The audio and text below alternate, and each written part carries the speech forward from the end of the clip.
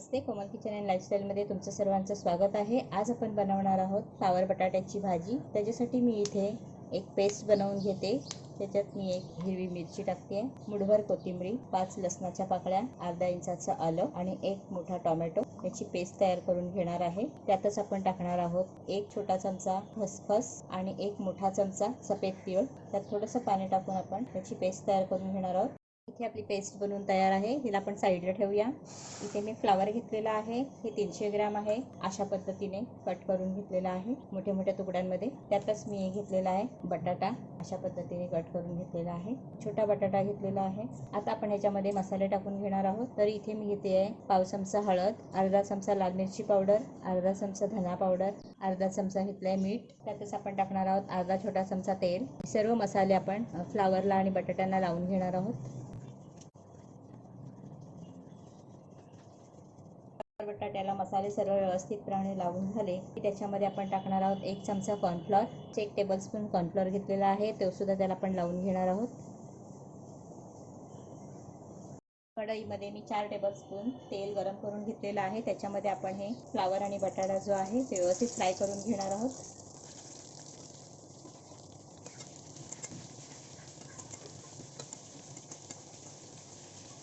Flower बटाटा मध्यम आचेवरती छान 4 ते 5 मिनिटं मी तळून घेतलेला आहे। त्याचा थोडासा कलर पण बदललेला आहे।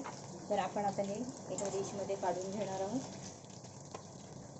त्याच तेलामध्ये आपण फोडणी टाकणार आहोत। तुम्हाला जर वाटत असेल तेल खूप जास्त आहे तर ते तुम्ही एक भांड्यामध्ये काढून घेऊ शकता। त्याच्यामध्ये टाकते 1 इंचाची दालचिनी, 2 हिरव्या वेलच्या, 2 तेजपत्ता टाकलेला आहे, 4 लवंगा। तसं आपण टाकणार आहोत 1 टीस्पून जिरं। याच्यामध्ये एक टाकणार आहे मध्यम आकाराचा कांदा, बारीक चिरलेला कांदा मऊ होईल तोपर्यंत 3-4 मिनिटं आपण मध्यम आचेवरती कांदा शिजवून घेणार आहोत। 4 ते 5 मिनिटं झालेली आहेत। कांदा छान मऊ झालेला आहे, थोडासा ब्राऊन होईस्तोवर आपण त्याला परतून घेणार आहोत। आता आपण ह्याच्यामध्ये टाकणार आहोत मसाले, पाव चमचा हळद, पाव चमचा लाल मिरची पावडर, पाव चमचा धना पावडर आणि पाव चमचा गरम मसाला टाकणार आहोत। त्यानंतर आपण सर्व मिश्रण मिक्स करून घ्यायचं आहे। कांदा मस्त झालेला आहे, साधारण ब्राऊनसर झालेला आहे। आता आपण ह्याच्यामध्ये टाकणार आहोत ती तयार केलेली पेस्ट, ती पण त्याच्यात मिक्स करून घ्यायची आहे।